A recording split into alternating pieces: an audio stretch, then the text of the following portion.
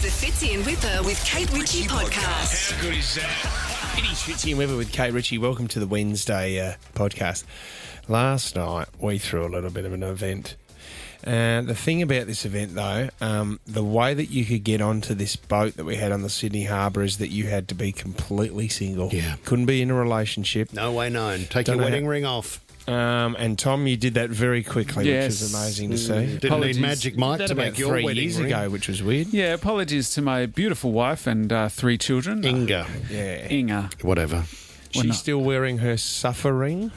Oh, even the cake was in tears. Yeah, that was very good. The old, even the cleaners find that disgusting.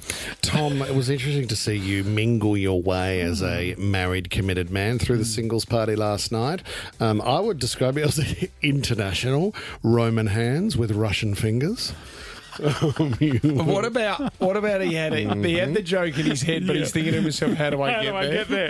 How do I get there? But laughing about his own punchline halfway through. Segue. Tom, you were, I would call him the blender last night, trying to mix in as many women as possible. That is disgusting. actually cocktails were flowing. Oh, my God. Got out of control. Actually, it kicked on to another bar. Everyone went to Cargo Bar. Got home at 2:30. One bloke, Max, was on the dance floor in a white suit. Didn't go down with the cranberry and vodka and cranberries he was drinking because they were everywhere. Not to mention the vomit on his pants by the end of the night. But it was an amazing night, and you're going to hear all the highlights and the lowlights of our singles party. This is the Fitzy and Whipper with Kate Ritchie podcast. Unfortunately, love has disappeared in this next story, Ryan James, as we talk about the celebrity split between Nick Candy and Holly Valance. Now, how has he made his money? He's a billionaire. Yeah, he's a property guy. Right, okay, In fact, gotcha. he is worth $2.9 billion. Russian? No, just British. Oh, is he right? Gotcha. Yep. There he is. It's page 11 of the paper this morning. G'day, Nick. There's Holly. Yeah. They got married in LA at a $6.3 million party. Does she stick with Candy, Holly Candy, Holly or does Candy? she go back to Valance? Valance for career-wise. Right, yeah, Because gotcha. if you were to relaunch your music career and end up at the Arias, you want to be able to tie it back to previous success. I know it's a tough one, and she's probably going to get a payout close to $1 billion because that's what he's worth. But does Ramsay Street make a call? It's not crazy, is it? I know they struggled to find people for the now last episode. I don't know if you saw that article the other day. Because you know how they finished up on Channel 10 or whatever it was on? Yeah. And then they said, no, it's coming back again. Yeah. Well, I think it's now finishing again, but no one's turning up for the last episode. No one cares anymore. So you might be able to get her on the cheap. Although, what it says here, Fitz, she signed a prenup. But this lawyer in the article goes on to say that prenups really, I mean, sure, they exist. They're not common here in Australia, but then often there's just negotiations that take place in the separation anyway. So, you know, Nick's aim here in this split might be to keep it all out of the press. So therefore he says, all right, you take mansion number 29. Yeah, You can gotcha. have that as well. Yep, you can have those quarters. Okay, yeah, that's super. Bugger it, you can have it. Yeah, you can have that Maserati. That's fine, but I want that red Maserati. Yeah, you keep the black one, I'll take the red. A financial agreement would have been signed, which would have been separate to the prenup, this lawyer goes on to say. What's interesting to read through too is the property portfolio. As we said, he's a property guy.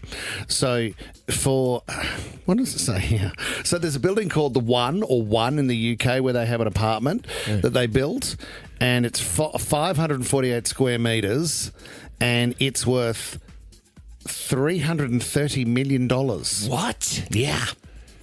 But they only lived there for 20 days of the year because the rest of the time they're in a $142 million property, which was built by the family, which sits inside the Chelsea Royal Hospital. So on the grounds of the hospital. Oh, my gosh. Man, really good if you need the flu jab. Knowing you can just knock on a GP store around the corner. That is unbelievable. I just can't believe Yeah, how what much do you money want in the that's worth. settlement? Do you want the residence of a $100 million LA mansion that they have too, Fitz? Or would you prefer the humble 18 Oxfordshire estate?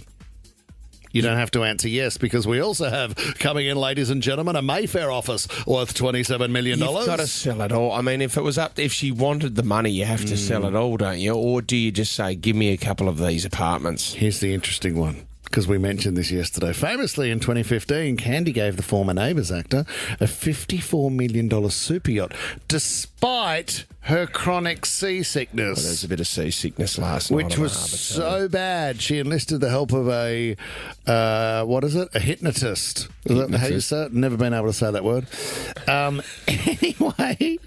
Anyway, they got rid a of... hypnotist, which is like an assassin. It's a hitman, yeah. 50% up front, knock them down with a shotgun, finish it with a 9mm. And then, can I tell you why she did not like the boat besides the seasickness? There was no indoor bar or outdoor bar, and they couldn't look after 1,000 bottles of wine, and also there wasn't good laundry services. Oh, gosh.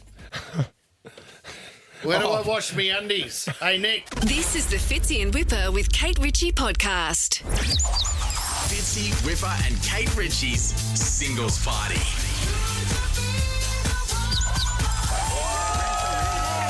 The Jackson, Sydney's ultimate super yacht for exclusive events, parties and private charters on the world's best harbour. I told you it wouldn't stop love. I told you the weather would not get in the way of love, Fitz. We're going to be honest with you. We thought it was going to be called off. I mean, there was warnings yesterday to stay inside. I didn't think anyone was going to turn up. But then I thought to myself, if you turn up to go on a boat party on a Tuesday night... Committed. You're single. And this was the thing, right? A lot of people didn't turn up, and that's understandable. To even get through the traffic and the weather and even get down to Darling Harbour to get onto the Jackson. But you know what? We would have had a crowd of around about 60 people last night, and it was... they were on fire. When the train kicked into gear and it was hands on hips with everyone moving around the room, Magic Mike's pulling cards out from behind people's ears. Man. Well done, and thank you to the Jackson. Yeah, the Jackson did a great job. What a great An amazing party job. it was. Beautiful food. Drinks. The drinks were flowing. We had some great people there. And our family, our Nova family, they just keep giving and giving. It was an amazing night. Can we just, Fitz, I'm glad you're okay now. Like, to bring everybody up to speed at the start of the night, Fitzy takes his seasickness tablets, has a couple of beers. He's nervous about it. He knew the weather wasn't great. Have a listen to how much comfort he bought all the other guests when we first took off from the dock. Do we? Oh, it feels like... Fitzy gets seasick. Oh, I actually do really get seasick. That's okay, it adds to it. Where are we? Are we Barangaroo? Moving around. We haven't even hit around the heads yet. We're gone. No, we're not. Are we pulling in here? Are we pulling in Where here, are we or are going we to going to Mrs. Mrs. Macquarie's chair? That's way over there. Bloody hell, Tom. Oh, no, that's the Opera House. Okay, gotcha. Christ on Far out. Absolute panic. Lost our bearings, didn't know where we were. It was getting it was getting pretty heavy there at a certain stage. What I love too, when it came to the moment of the slow dance, so when you walked in, because you'd registered, we knew what your name was and everything, and so you got your name badge, and on the underside of your name badge was the partner we'd paired you with, which was really exciting. So you turned up and you had to find who you'd been paired with on the night. This is perfect matchmaking. So this was the moment for the slow dance, and we'd signed off on the song, and I think it went well. Has anyone found their partner that they were matched up with tonight? Put your hand up if you have. Right here. Over here. Have you found your partner? Where's Emma and Logan? There she is. Have you found your partner, matey? There's Logan. Great. Are you two dancing together? Yes, great news. All right, everybody, here we go. We're going to do a bit of Steven Sanchez now. Go on, ladies, grab somebody.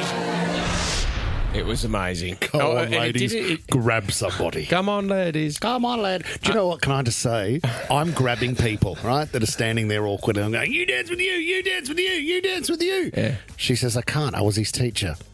Oh, yeah, there was... Okay, well, you're not anymore. There was past flings that had knew each other there as well. Two people that had hooked up 3 months ago managed to find themselves randomly on board. What are the chances? Yes, but you know what? There was we gave away some prizes at the end. This was unbelievable because there was a certain person there who just dominated on the dance floor. Oh, my gosh, you guys are on fire! Oh, my gosh. give away. I've got tickets to MJ the Musical, and can I just say, without a doubt, the man that stood out on the dance floor tonight more than anyone is the man in the white suit. You were on Maxie, you were on fire. Swap numbers with anyone that you want here and get to know each other. You're part of the Nova family now. Thank you, guys. Enjoy the night. Thanks, team. Thanks for coming along. And he joins us now, Max in North Mead. Thanks for getting up early, Maxie. No, good morning, boys. Here's the man in the white suit. How are you, Bob? Oh, the man in the white suit has a frog in the throat this morning. Max, can I ask, things kicked on at Cargo Bar. What time did you finish up? I've gotten home, started at last morning at 2:30. That's what I got home. 2:30 a.m. Maxie, how are your legs this morning? Because you were on fire, mate. Yeah, you know what? I'm surprised that there's nothing on the back of my ankles from those shoes, but look, we're good. The Hey, band Max, started well. you were the person we're actually talking about who had this wonderful connection with somebody on the boat that you'd met earlier, maybe about 3 months ago. Yeah. Did things play out okay with that person? Was there a revisit? I wouldn't say a revisit, but I'd say that there was definitely a conversation. Oh, well done, Maxie. Was there a kiss at the end of the night, Max? Did you find love? Did I? Yeah. I'll tell you what, I found love with the dance floor last night. I can tell you that. Well done, Max. And Well nothing said, wrong with son. falling in love with the dance floor. Oh, mate, he was on fire. Two people that did, look, you could tell straight away that the flirting was very strong early on. Yeah. But Katie in Neutral Bay, welcome to the show, Katie.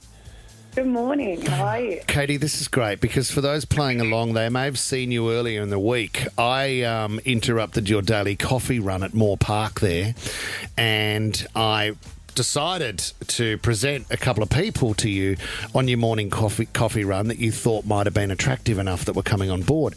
There was a guy you chose in that moment called Malcolm.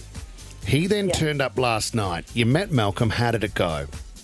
You did. It went very well. Very nice. It was a good night. All good things. Okay, well, Malcolm's on the line as well from Drummoyne. Good morning, Malcolm. Hey, how are we, guys? Malcolm, you arrived by yourself. I felt a bit shattered for you because you did have a friend that was going to come along with you, but unfortunately with the weather, Malcolm pulled out at the last minute.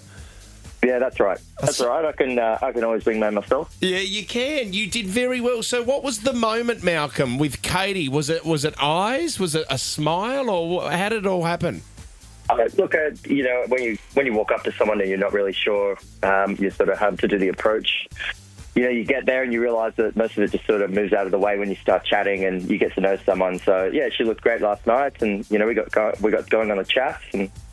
of course, it all just sort of went the right way. Do you know what? At the start of the night, I said, Katie, have you met Malcolm yet? Have you met Malcolm?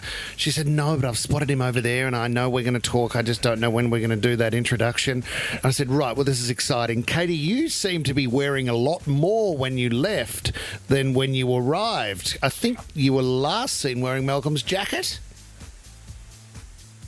Yeah. Wow. Now, there's a creep by the name of Tom Ivey. He's our executive producer. He took a photo of you two. There's a photo of you two wearing each other's jackets. That is great work. Beautiful. I don't know if I was wearing a jacket. Name tag, definitely, but yeah. Well done. So, Katie, is it going to be another date? I hope so. Where are you guys sending us? Well, yeah. Well, that's it. I mean, send you back onto the Jackson. Well, we can. Tommy, do we want to organise something for Malcolm and Katie, date number 2? Oh, yeah, leave it. We'll take it off air, but yeah, leave it to us. We'll organise something for somewhere special for you to go for number 2. Katie, was there a kiss at the end of the night? There may have been. She doesn't kiss and tell. I like that She just Katie. Well she just did. She would have said no if it was a no. That's great, Katie, Malcolm. That is love right there. Brought to you by Fitzy Whipper and the Jackson. Well we make magic happen. How good does that feel? Well, you know what I mean? Producer Ollie, Max was talking about being at Cargo Bar at 2:30 a.m. Our producer Ollie was there with everyone at Cargo Bar as well. So he's going to give it... There was more than just... There was a few more kisses. A few more hookups. Yeah, so he's going to give us some more info later on. This is the Fitzy and Whipper with Kate Ritchie podcast. We're on. All right, it's time for. 60-second starts. Kate Ritchie's. I'm still standing. Now. Snow time is on at Hunter Valley Gardens with ice skating, tobogganing, plus entertainment and wintry fun for all. Till July 27. Visit huntervalleygardens.com.au. Catherine, representing Penrith. Hi, Kath. Hello, how you going? Yeah, good. Have you got your son in the car? You got some help do. with? Yeah. What's his name? I do, thank you. Yes, Max. Max. G'day, Max. Good luck today, Max.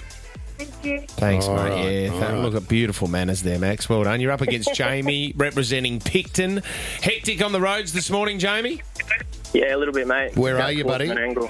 Menangle. Bridge is not far from going under. Oh, the trots. The trots will be called off at Menangle tonight, I'd say. They'll be peeing down there. My God, I'm not going. All right, Catherine, you're kicking it off. If you get one wrong, power goes over to Jamie. Whoever has the power at the end of 60 seconds is the winner. Well, so we've got $100 cash and the family pass to Snow Time in the Garden at the Hunter Valley. Here we go, Kath. Your 60 seconds starts now. What do Taubmans sell? Taubmans. Paint. Yeah, that is correct. Vin Diesel and The Rock star in what hit? Oh, well done, Kath. Post Malone has a song about what shape, Catherine? Goodness. No, it's circles. Over to Jamie. Jamie, what sport does Zach Lomax play? NRL. Correct. What is Dua Lipa's real name, Jamie? Pass. It's Dua Lipa. Catherine, Mater. Mater is a character from what animated film? I don't know. It's Sorry, Cars. Max. Over to Jamie. What's Australia's most visited state, Jamie? No, it's New South Wales. Catherine, over to you. Which sporting event currently happening is famous for its strawberries and cream? One, It's currently at 2. 3. Too long. Tennis. She said it is Wimbledon, but I think it might have been too long. Do you know what I'm going? This is what I'm going What to do we do. do? This is what I'm going to do. Tell me what to do. Okay, I'm gonna give Jamie $100 cash, right? But Catherine, because you got Max in the car, I'm gonna send you down to the Hunter Valley for the Snow Time in the Garden. How does that sound? The family pass. Oh my God! Thank you so much. No worries. Everyone happy? Do we have a deal there? Jamie, you're okay with that? Yeah, sounds good. Yeah, Would have been good to pay the family down there, but no worries. Jamie, Oh, no, mate. hang on. Jamie, I'm He's going to give you. shattered. I'm going to give you one too. There's absolutely mate. no reason why Jamie can't come on here and win that as well. He deserves it. Well done, Yay. Jamie. Sorry, Jamie, you didn't sound like a father to me. I didn't know you had a family. Of course, he's got a family. Well, I've got a 3-month-old baby. It's born not long ago. So. Oh, I'm so sorry. Please don't question Jamie, Fitz. Take your beautiful baby down there, Jamie. Never remember it, but it'll be. Oh, you are. No, well, it's 3 months. Come on, mate. It It's doesn't not going to matter. remember it. You It's know not what? going to remember. You know what's going to remember? The beautiful photos that Jamie's going to get with his Yeah. 3 months old and his family. Well, he gets free accommodation and $100 to spend on breakfast and dinner as well. Snow time's on at the Hunter Valley Gardens. Ice skating, tobogganing, plus entertainment and wintry fun for all. It's until July 27th. Visit huntervalleygardens.com.au. 3 months old love ice skating. They do. This is the Fitzy and Whipper with Kate Ritchie podcast. Let's talk about Wimbledon. Record number of first seeds out round 1. Oh, that's a big fact that you've just Record thrown. number. Wow. Bang. What is it? How many? Seeded players. Well, the number 3 in the world is gone. Right, first okay. round. And also in the women's too. We've had a couple of Australians go through first round. Jordan Thompson, congratulations. Tomo. Also, Rinky Hijikata. He went to Kings here in Rinky? Sydney. Yeah, he's a Sydney boy. Wow. Because I call you a bit of a Hidgy half-carter sometimes, don't I? Quite often on a Friday. So well done to the Aussies there. How's this? This is a bit of a... Because the amount of prize money they get now is ridiculous. What's in it for Wimbledon? There's a... I don't know. What's the prize money for women's and men's at the moment, Tommy, for the winner? So there's a Brit... Ranked number 733, gets a wild card in their whip. Everyone thinks he's going to get knocked out first round. He actually wins. His name's Oliver Tarvey, and he He has gone through to the second round and instantly gets $200,000 for going through to the second round. For winning the first round. Yeah, but because how's this? He was developed under the NCAA, which is the National College Athletic Association. There's a slight catch, and there's rules that say if you come from this athletic association, the most that you can get in a tournament is $10,000. For how long? Well, this is the thing. Oh, my God, this is like being signed up to a management deal out of the Big Brother house. I think it's like an amateur. It's like an amateur boxer. You know how they don't get paid and you've got to go to professional before you start getting paid? So he could have got $200,000 but only has to accept $10,000. They can't do that. And his next opponent is going to be Alcaraz, the world number one. But where does the other prize money go? Does it go to the college? Like, are they taking 90%? That's a good call.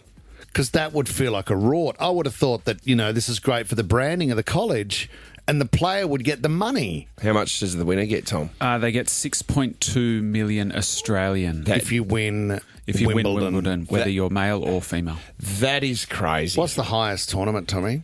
Oh, the highest paying. Well, I think they're all the same, aren't they? They have to be all the same, don't they? No, they'd be different. The highest paying tennis tournament, well, there's the four majors, of course, with the Australian Open and the French.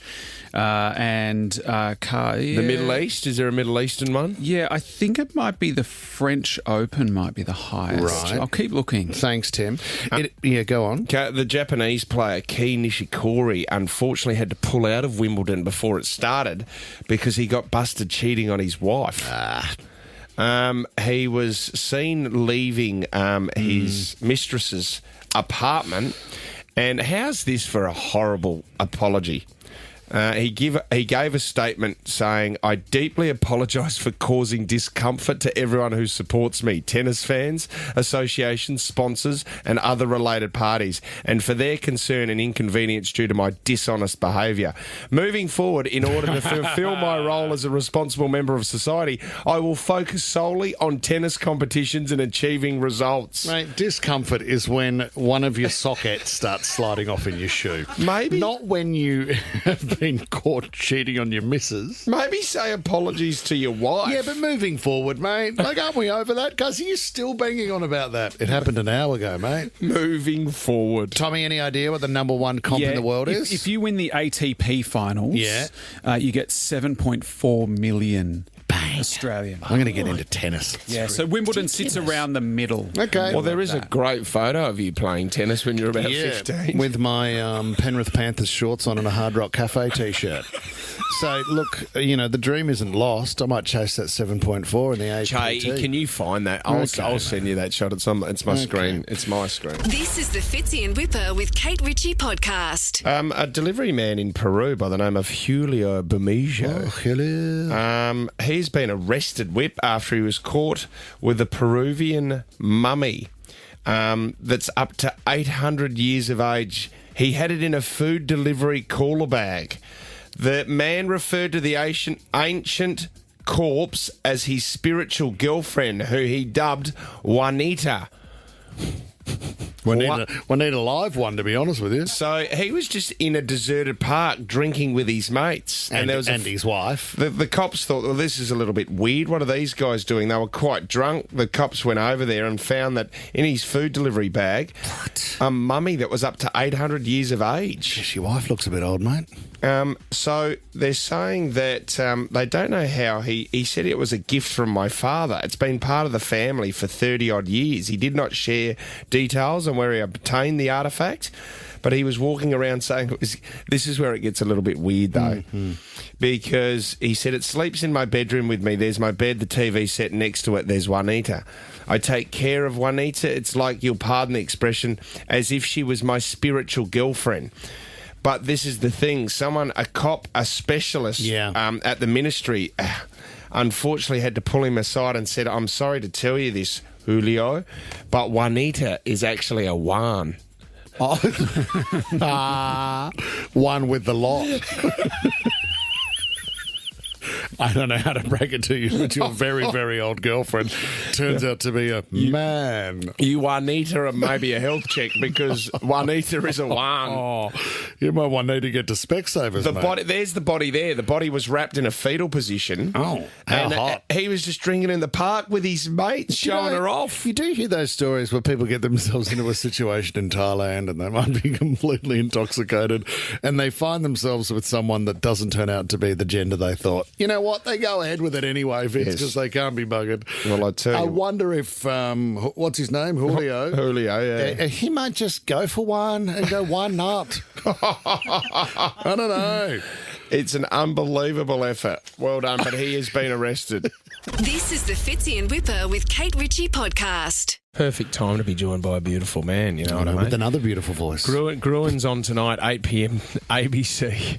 You can go catch it there. What a singer. Wil Anderson is performing at the Comedy Store this weekend. Final tickets at comedy.com.au. Wil Anderson! Hello, buddy! Thank you very much for having me. I didn't actually mean to be here this morning. I just stepped outside in Sydney and got blown here. So just found myself out the front of nowhere, so I thought I'll come up. Thanks say for that, g'day. mate. Wow. I walked here this morning, which is one of the worst decisions I've ever made in my entire life. Oh, my You know God. that time where you should take your licence off Grandad? I feel like I should lose my outdoor licence because what are the decisions that I am making in my life that I thought, good morning for a stroll in Sydney this morning. I'll go. I had...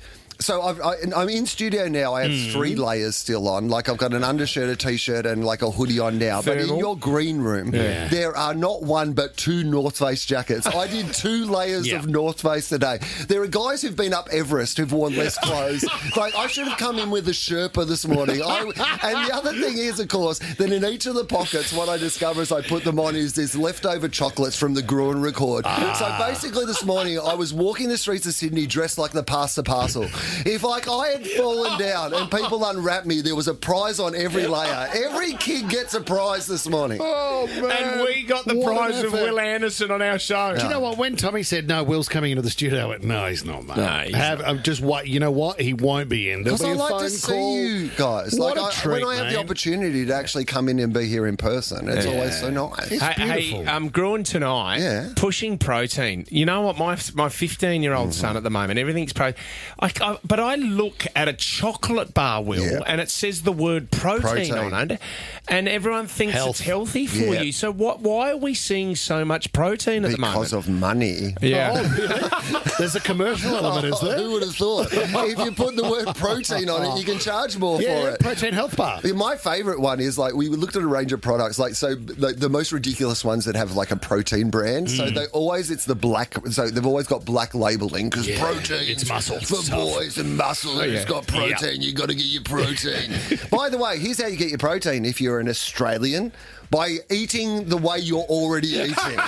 Like 90% of people in Australia are already getting the daily amount of protein they need. So we're by the way, overdosing, if you're not getting enough protein, just stop lifting up heavy stuff. Most of us don't need to do it. Pay someone who's eating some protein to do it on your behalf. Mate, I do it at the vending machine here. There's a chocolate bar in there, and it's a protein. Sorry, there's a protein bar in there for $6. And to me, that's going to the gym. Yes. Yeah. That was my trip to the gym today. I've had my protein bar. bar. They do it, Whip. That's I'm literally what you've just said is exactly the reason for it. Like Baby Bell cheeses, you know those little Baby Bell cheeses? Still buy them. Yeah, they have a protein version now. No. The black Baby Bell cheese protein version. They have 5 grams of protein in every Baby Bell cheese, as opposed to the pathetic normal amount Oh, my God. of 4.6 grams. Do you know, the beautiful Michael Mosley, rest in peace, right?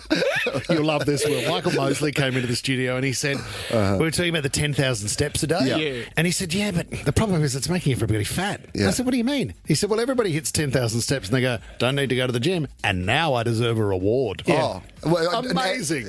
Protein bar They're time. living a better life than me, the people in their 10,000 steps who think at the end they deserve a reward. I get my rewards during the steps. Like, I'm on the way. Like, about every 1,000 steps, it's like I'm running a marathon. I'm like, ooh, think I've earned myself a donut here. Then you're going to bed and it says you can close your ring within a minute's walk. And I'm always concerned about why I need to close my ring before bed. Well, I feel like that is actually just good advice.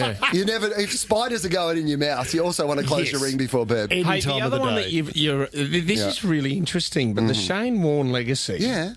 This is unbelievable that since his death, he has helped 300,000 people go and get their heart checked out. Yeah, so this Shane Warne Foundation have got these heart health checks. They've been running these incredible ads about Shane and his life and about getting men in particular, but men and women, to get their heart health checked out. Early identification can save lives. And they've even been putting the machines at the games, so at the MCG or outside the sporting events, so that people, when they're going to the test, turns out you have a couple of minutes spare at a test match to do something else. Might as well outside of the beer. Yeah, you know what? Might as well go and get a beer and get my heart checked. You know, I'm getting my heart checked on day 3. It is a good time to get things done, isn't it? Yeah, exactly. Day 5 is normally free. You can go down there all day and get your heart checked. Put up a health centre at the MCG. It is one of the most successful marketing campaigns, but unfortunately we lost Warnie for it to happen. Yeah, well, I mean, that's the thing. It is a great tribute to Warnie, but it's also, you know what? It's actually a great legacy for him, for a man who was an absolute character, you know, the highs and the lows and all of those things.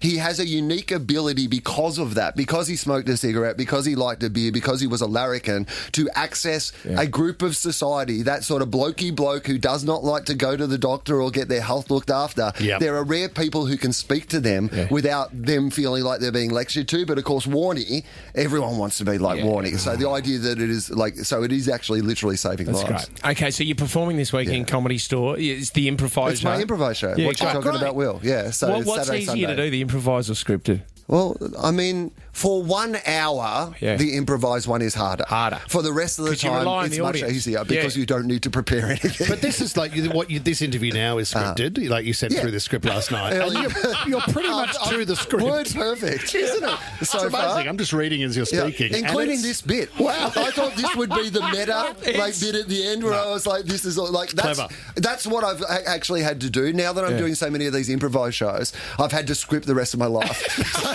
All of the interactions. I went to the dentist the other day. I said, look, I'm going to have to come in Thursday because I can't get the notes to you until Wednesday. And I need you to be off book. I don't want you reading that script. I want eye contact. Wil Anderson, you can catch him at the Comedy Store this weekend. Tickets at comedy.com, and Gruen tonight, 8 p.m. on the ABC. Love you, Will. Thanks for coming in. Thanks, buddy. This is the Fitzy and Whipper with Kate Ritchie podcast. Fitzy, Whipper and Kate Ritchie's Singles Party.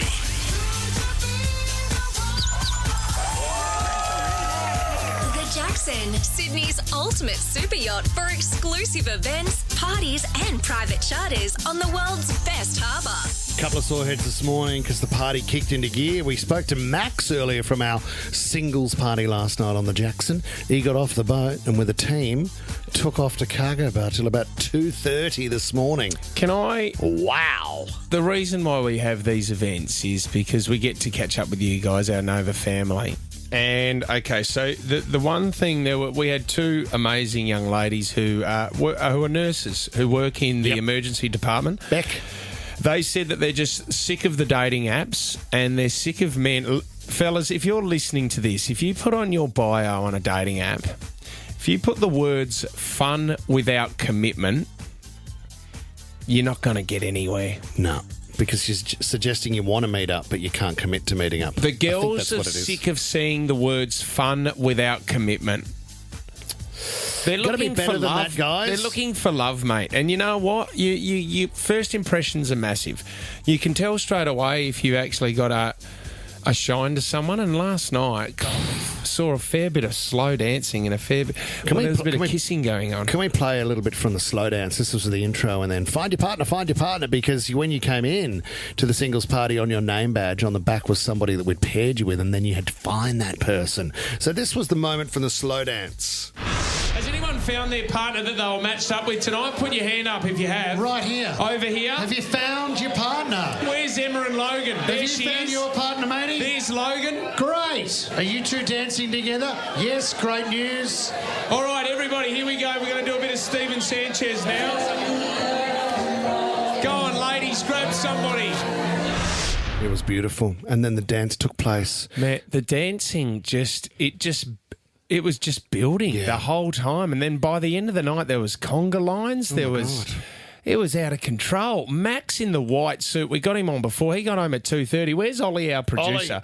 Ollie went to the cargo bar with the listeners afterwards. Yeah, for work purposes. Because I said, Ollie, follow all love stories you can. His nickname here at Nova is Mad Dog because he is just an absolute mad dog. He just refuses to go home. And when you see the footage on Instagram too, Ollie's the good-looking dark-haired bloke who was roaring on the dance floor. I thought that was me. No, you don't have any hair. Okay, Ollie, you were on fire on the dance floor. And then you went to cargo bar to follow a few of the singles. Thank you for doing research mission. It was all under work. Research mission. Once the boat docked, the party didn't stop. Everyone just sort of flowed into cargo bar.